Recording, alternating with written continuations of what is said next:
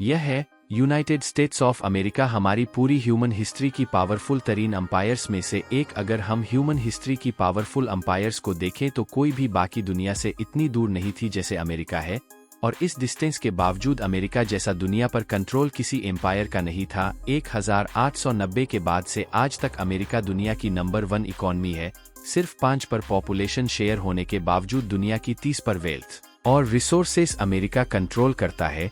पूरी दुनिया की 20 पर मैन्युफैक्चरिंग अमेरिका में होती है, और सिर्फ यही नहीं बल्कि इस वक्त पूरी दुनिया में जितनी भी मिलिट्री स्पेंडिंग होती है उसमें 40 पर शेयर अमेरिका का है। अब यहाँ एक चीज मेंशन करना जरूरी है कि ना तो हम प्रो अमेरिका है और ना एंटी अमेरिका। इस वीडियो का बेसिक पर्पस यह है कि न्यूट्रल रहते हुए फैक्ट्स को ऐसे प्रेजेंट किया जाए कि बहुत से लोग रियलिटी के बारे में एजुकेट हो सके। अमेरिका को दुनिया की सुपर पावर बनाने में बहुत से दूसरे फैक्टर्स के साथ साथ सबसे बड़ा रोल उसकी ज्योग्राफी का है। नॉर्थ अमेरिका की ज्योग्राफी इतनी गिफ्टेड है कि वाज नेचुरल की जो भी सिविलाइजेशन यहाँ पर आबाद होगी वो वर्ल्ड सुपर पावर जरूर बनेगी। एंड लेट मी एक्सप्लेन कि मैं ऐसा क्यों कह रहा हूँ। अमेरिका को वर्ल्ड सुपर पावर बनाने में सबसे बड़ा रोल उसके रिवर सिस्टम का है, और सबसे बढ़कर इस मिसिसिपी रिवर का लेक इटाका से शुरू होकर गल्फ ऑफ मेक्सिको में गिरने वाला यह नॉर्थ अमेरिका का दूसरा और दुनिया का चौथा सबसे लंबा दरिया है। इस एक दरिया से अमेरिका के करीबन 30 और दरिया और लेक्स कनेक्टेड है, और इवन नॉर्थ अमेरिका का सबसे बड़ा दरिया मिजू रिवर भी एक पॉइंट पर इससे आकर मिलता है। इस एक रिवर का अमेरिका को ग्लोबल पावर बनाने में बहुत ही बड़ा रोल है। अमेरिका की 31 स्टेट्स का पानी इससे कनेक्टेड है, और अगर इस रूट को नापे तो इस सारे रिवर सिस्टम की लेंथ 4000 किलोमीटर बनती है। इस रिवर की असल स्पेशलिटी इसका बड़ा होना नहीं बल्कि नेविगेबल होना है। मतलब इस दरिया के पानी का फ्लो और चौड़ाई हर तरह की शिप्स के लिए आइडियल है। अगर कोई शिप यहाँ गल्फ ऑफ मेक्सिको से अमेरिका में एंटर हो तो वो बिना किसी रुकावट के अमेरिका के नॉर्दर्न बॉर्डर तक जा सकती है। इस तरह के रिवर्स इकोनॉमिक एक्टिविटी जनरेट करने के लिए बहुत इंपॉर्टेंट होते हैं, बिकॉज रेल और रोड के मुकाबले में इन रिवर्स के जरिए चीजों को ट्रांसपोर्ट करना बहुत आसान और सस्ता होता है। फर्क इतना है कि वाटर ट्रांसपोर्ट लैंड ट्रांसपोर्ट से 10 to 30 टाइम सस्ता होता है। इसीलिए मिसिसिपी रिवर के किनारे पर मौजूद फैक्ट्रीज और एग्रीकल्चरल फार्म्स के लिए अपनी चीजें यहाँ से बाकी दुनिया को एक्सपोर्ट करना बहुत ही आसान और चीप है। इस एक दरिया की वजह से इस सारे एरिया में 1.2 मिलियन जॉब्स क्रिएट हुई है। इस एक रिवर के साथ इतने ज्यादा दूसरे रिवर से कनेक्टेड होने की वजह से अमेरिका के बहुत से शहर ऑटोमेटिक पोर्ट सिटीज बन जाते हैं। मतलब उनका माल आसानी से बाय शिप यहाँ से मिसिसिपी रिवर के जरिए पूरी दुनिया को एक्सपोर्ट होता है।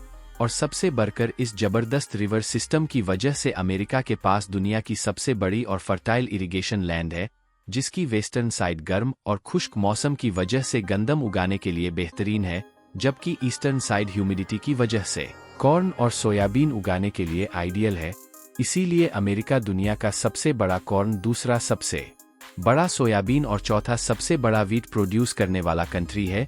और अमेरिका की 92 पर एग्रीकल्चरल एक्सपोर्ट इसी मिसिसिपी रिवर की वजह से पैदा होती है, और यह सारी एक्सपोर्ट बहुत ही आसानी से इसी दरिया के जरिए बाकी दुनिया को जाती है। मिसिसिपी रिवर हर साल $345 बिलियन की ट्रेड जनरेट करता है, और हर साल यहाँ से 630 मिलियन टन का सामान शिप्स के जरिए गुजरता है। दुनिया में सिर्फ एक और दरिया इसके मुकाबले का है, और वो है चाइना का जी रिवर, जो दुनिया का तीसरा सबसे लंबा दरिया है। इस एक रिवर पर चाइना का 40 पर जीडीपी डिपेंडेंट है। चाइना की सारी इकोनॉमिक प्रोग्रेस और बूम के पीछे इसी एक रिवर का रोल है। हर साल 2.6 बिलियन टन का सामान इस रिवर से गुजरता है। इन रिवर्स का किसी भी कंट्री की इकोनॉमिक प्रोग्रेस में कितना बड़ा रोल होता है, इसका अंदाजा तो आपको हो गया होगा, बिकॉज दुनिया की पहली और दूसरी सबसे बड़ी इकोनॉमी अपने दरियाओं पर हेवली डिपेंडेंट है। एक और चीज जो किसी भी कंट्री की इकोनॉमिक प्रोग्रेस के लिए बहुत इंपॉर्टेंट होती है वो है कोस्टलाइन। अमेरिका के पास 20,000 किलोमीटर लंबी दुनिया की 8वीं सबसे बड़ी कोस्टलाइन है। ये कोस्टलाइन पूरे अफ्रीकन कॉन्टिनेंट की कोस्टलाइन से 5 टाइम्स बड़ी है, क्योंकि अफ्रीका की कोस्टलाइन में बहुत से आइलैंड्स आते हैं जो रास्ते को ब्लॉक करते हैं। और फिर अमेरिका के पास दूसरा एडवांटेज ये है कि उसकी पैसिफिक और अटलांटिक दोनों ओशनस के साथ कोस्टलाइन लगती है, जिसकी वजह से एक तरफ एशिया और दूसरी तरफ उसे यूरोप और अफ्रीका से ट्रेड का नेचुरल रूट मिला हुआ है।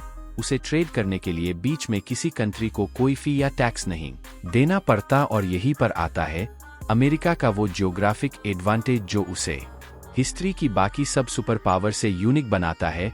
असल में अगर हम जूम आउट करके देखें तो अमेरिका बाकी सारी दुनिया से बहुत दूर है और उसके दोनों तरफ समुद्र है। अगर हम वेस्टर्न और अफ्रीकन साइड से देखें तो बीच में यह 5000 किलोमीटर का अटलांटिक ओशन है, और अगर ईस्टर्न साइड से देखें तो यह तकरीबन 10,000 किलोमीटर का पैसिफिक ओशन है।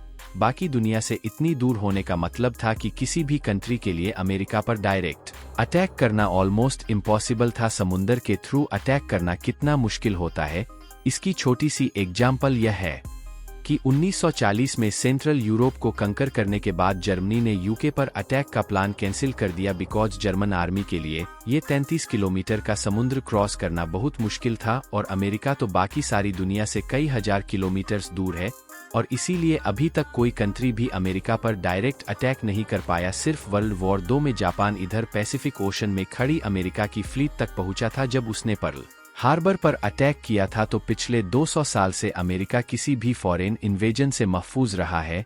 हाँ, अब बहुत से कंट्रीज जैसे नॉर्थ कोरिया और रशिया ने ऐसे मिसाइल्स और वेपन सिस्टम बना लिए हैं जो अमेरिका को टारगेट कर सकते हैं। से चाइना अपने मास्टर प्लान पर काम करते हुए बहुत ही स्मार्ट तरीके से अमेरिका को चोक करने जा रहा है।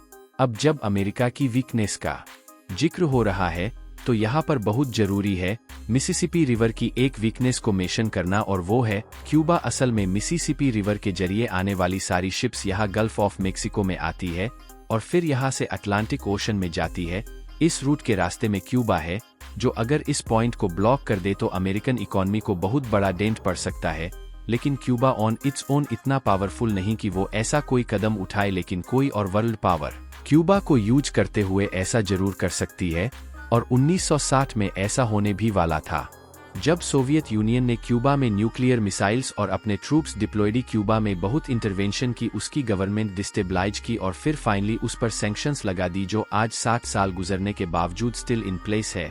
बिकॉज अमेरिका डरता है कि एक डेवलप्ड क्यूबा डायरेक्टली उसे थ्रेटे कर सकता है या कोई और वर्ल्ड पावर उसे यूज करके अमेरिकन ट्रेड रूट्स को चोक कर सकती है, जिसके नताये पीजीईटी कंट्रोल अमेरिका के पास है। उसके अपने कंट्री में इन दोनों रिसोर्सेस के इतने रिजर्व्स है कि उसे अपनी एनर्जी रिक्वायरमेंट के लिए किसी बाहर के कंट्री पर डिपेंडेंट नहीं होना पड़ता। ओपेक कंट्रीज मिलकर भी अगर अमेरिका का बॉयकॉट कर दे तो उसे कोई फर्क नहीं पड़ेगा, बिकॉज उसकी 90 पर गैस और ऑयल नीड उसके अपने या फिर कनाडा से इंपोर्ट होने वाले गैस और ऑयल से पूरी हो जाती है।